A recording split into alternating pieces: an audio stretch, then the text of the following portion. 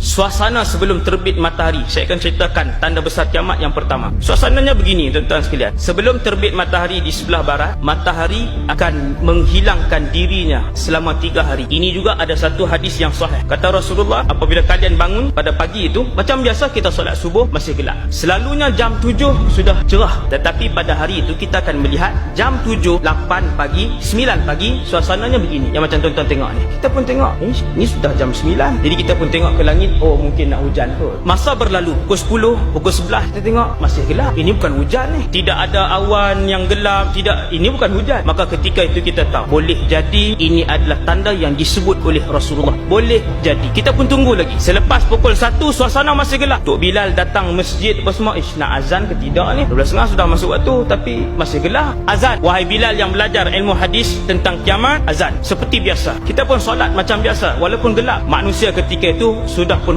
berkumpul di banyak tempat. Masing-masing tanya, ni apa yang berlaku ni? Masing-masing menunggu berita daripada TV dan sebagainya. Maka kita akan tengok dalam berita sebagainya, fenomena alam yang tiada huraian. Sekarang ini pun Allah sudah tunjukkan banyak fenomena alam yang tidak boleh dirungkai oleh sains dan ilmu. Kemudian tuan-tuan, kita pun akan tengok manusia sudah mula berbincang di masjid, orang dah mula riuh. Kita tunggu esok. Keesokan harinya, malam tu semua tidur, esokan harinya semua bangun. Hari kedua bila kita bangun, manusia semua pakat tengok jam 7, jam 8 suasana gelap seperti ini. Ketika itu yakinlah kita dengan hadis Nabi sallallahu alaihi wasallam bahawasanya dalam masa sehari ataupun 2 matahari akan terbit daripada sebelah sana. Apabila hari kedua kita pun tengok masih gelap sampai jam 10, sampai jam 11. Gelapnya adalah seperti gelap malam yang matahari tidak keluar. Gelap itu sama ada 2 atau 3 hari, bukan 3 hari confirm. 2 atau, sebab ada 2 pendapat, ada 2 hadis. Tuan-tuan, kita pun bangun pada hari yang keempat. Kalau kita ambil pendapat hadis yang mengatakan bahawa 3 hari gelap itu, kita pun bangun pada hari yang keempat. Seluruh manusia bangkit pada ketika itu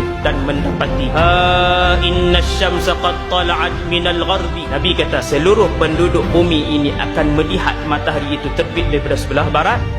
Apabila matahari terbit di sebelah barat, orang ramai akan menjerit. Itu dia, matahari sedang terbit di sebelah barat. Kata Rasulullah, semua beriman ketika itu. Seluruh penduduk bumi ketika itu beriman kepada Allah, bahawa mereka yakin inilah kuasa Allah. Dan ketika itu iman tidak lagi boleh diguna pakai, kerana apabila terbit matahari di sebelah barat, itu bermaksud Allah telah pun menutup pintu taubat selama-lamanya. Semua orang berlari ke kanan ke kiri, suasana jadi tidak terkawal. Ada yang balik ke rumah menyarungkan tudungnya baru menutup aurat. Ada yang berlari ke masjid terus mengambil wuduk dan terus solat, tetapi solat itu tidak boleh dipakai lagi. Yang bertaubat baru nak tutup aurat, ketika itu tutup auratnya tidak diterima lagi. Kata Rasulullah, ada yang sedang memerah susu kambing ataupun lembunya, dia meninggalkan perahan itu serta merta. Ada yang sedang meletakkan bata pada binaannya, dia meninggalkan letak bata itu serta merta. Ada yang ketika itu sedang berjual beli, dan ketika itu juga dia melepaskan duit dan barangnya. Kata Nabi, ini Nabi buat contoh. Mereka balik ke rumah mengambil emas masing-masing, mencari orang-orang miskin. Ketika itu berlari ke rumah orang miskin, lalu diletakkan di depan rumah orang miskin, diketuk pintu. Makcik ambillah semua emas ni, saya sedekah fisabilillah. Makcik itu kata, alangkah baiknya kalau sedekah ini semalam